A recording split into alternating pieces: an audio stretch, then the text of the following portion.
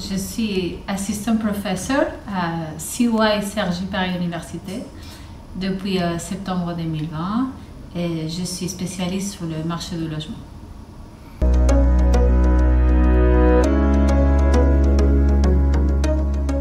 Donc, j'ai deux principaux projets. Un projet, c'était sur la taxe sur les logements vacants en France.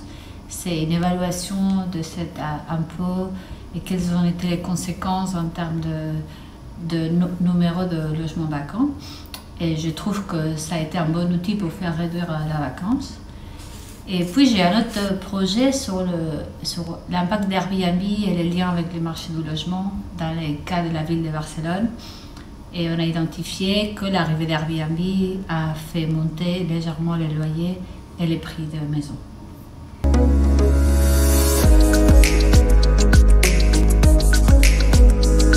Oui, donc on a commencé une étude sur l'évaluation de la régulation de loyer dans les cas en Catalogne.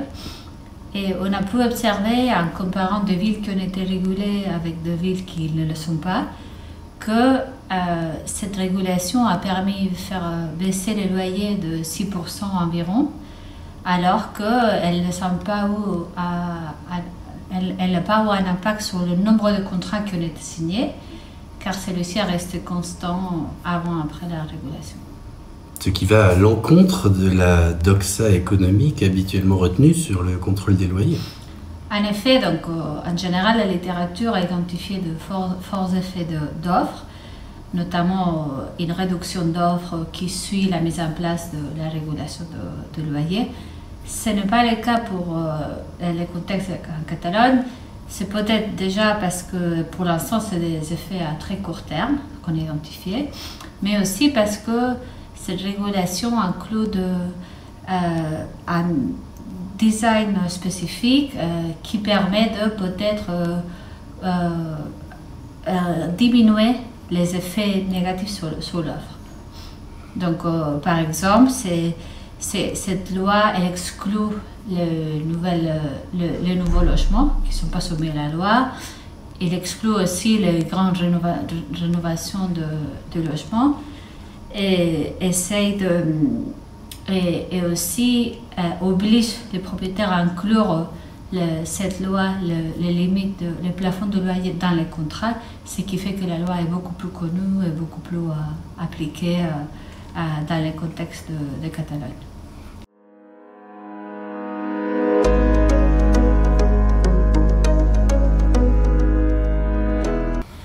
Oui, en effet, donc, je trouve que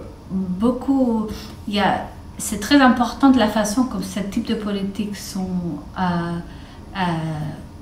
désignées ou sont tracées et quelles sont donc, dans les détails. C'est très important les détails dans ce cas-là.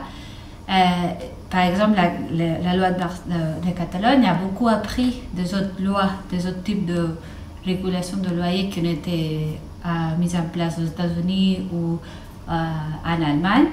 Et c'est grâce à ces apprentissages que les lois sont de plus en plus peaufinées et qui permettent donc de réduire les potentiels effets négatifs sur l'offre en incluant des détails sur le design. Oui.